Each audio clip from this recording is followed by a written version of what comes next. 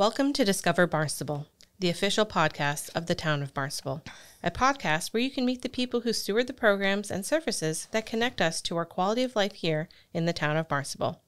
We invite you to join the conversation as we navigate municipal government and our community pathways to help you discover Barnstable.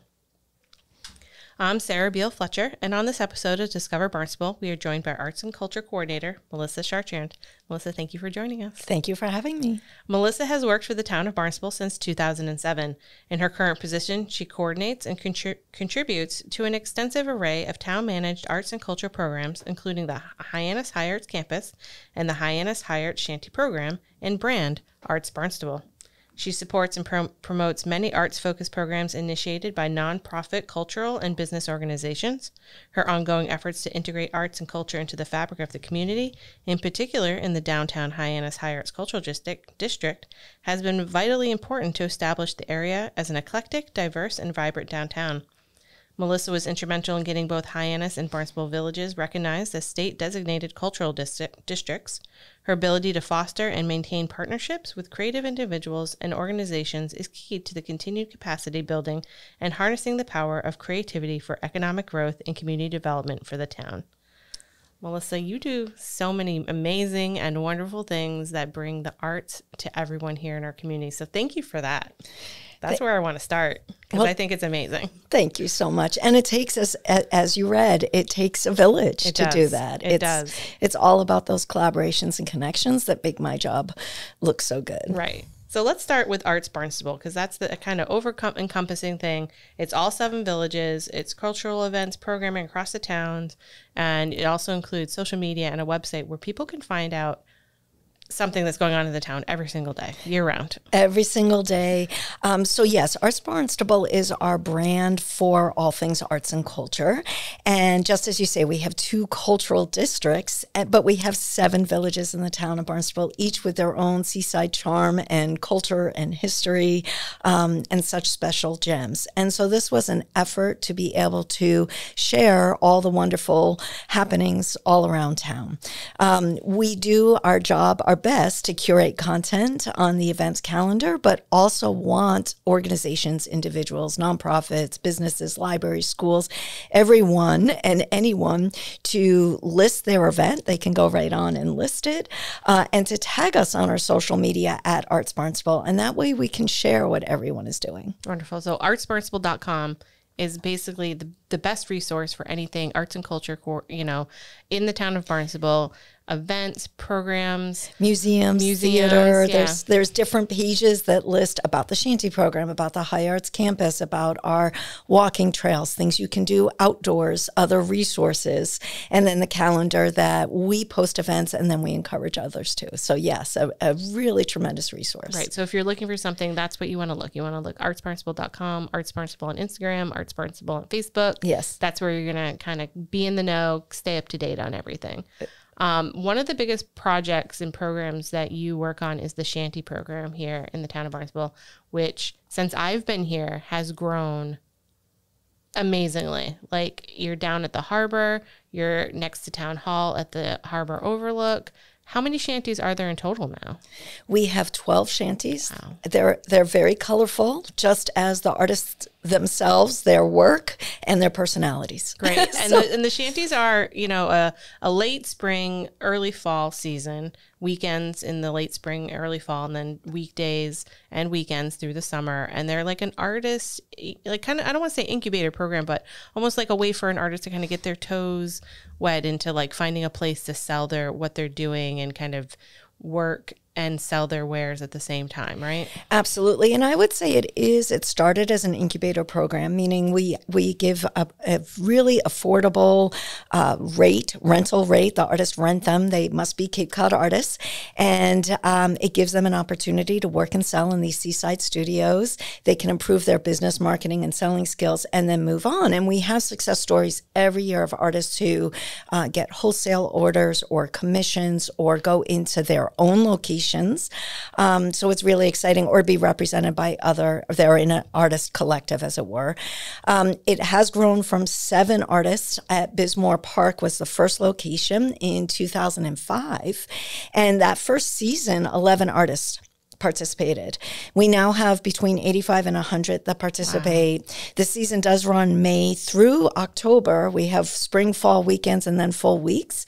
And we turn them into gingerbread houses in November and December and encourage people to take photos, and we run some special events. So they're open a decent time of the year.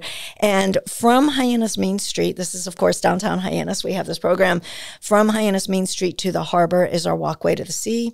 And we love people to explore Hyannis Main Street, meander along the walkway.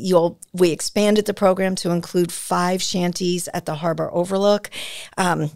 And then continue along the pathway to the harbor front where there's the 7 original sheds. Amazing. Yeah.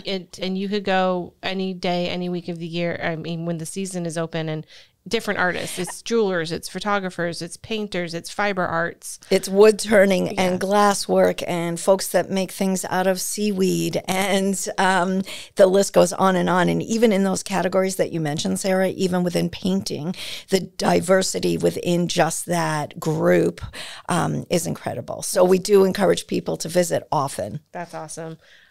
So the next piece of this is the Geyer Barn campus, which I'm excited to talk about because there's been a little bit of change this year.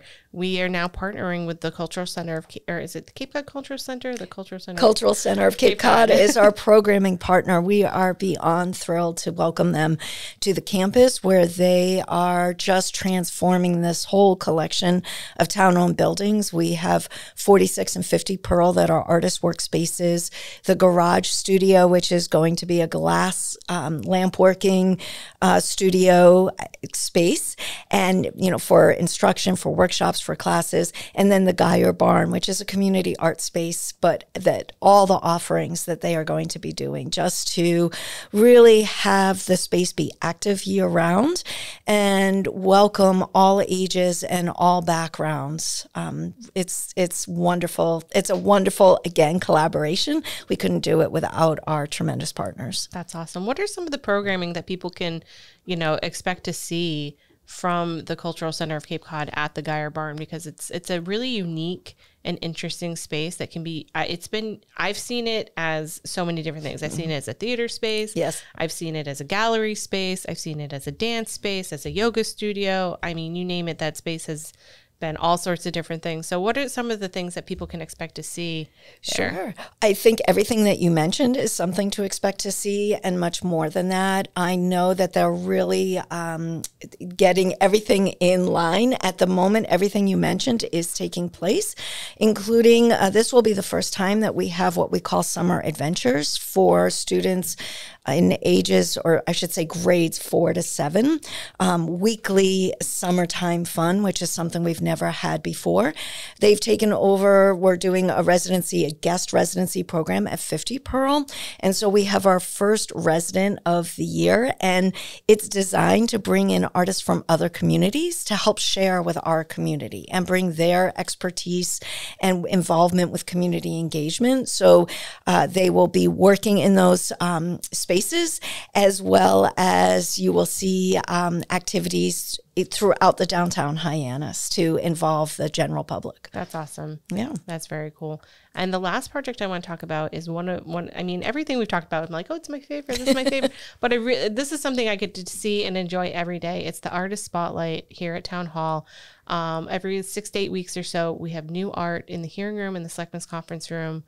And it is some of the most amazing art I've ever seen. So let's talk about the Artist Spotlight program, because I love it. It's such a great idea. No, thank you for that. I think it brings attention to the fact that unexpected artwork, you're not really expecting that on the walls when you come in for a meeting, or if you happen to work here passing through, but people that come to Town Hall for one reason or another. So it's that unexpected delight that just adds and contributes to a feeling without you even recognizing it. And that's what I think arts and culture also does.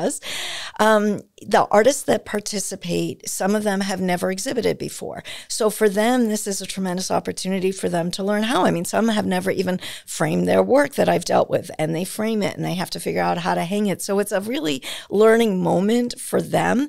And then the benefit, as you say, when you're here at Town Hall or passing through, that you might not walk into a special exhibit or a gallery or a shop. And here you're able to see their work and they're able to share it with you.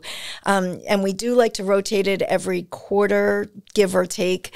And so we're also another call to anyone that might be interested in exhibiting their work to reach out.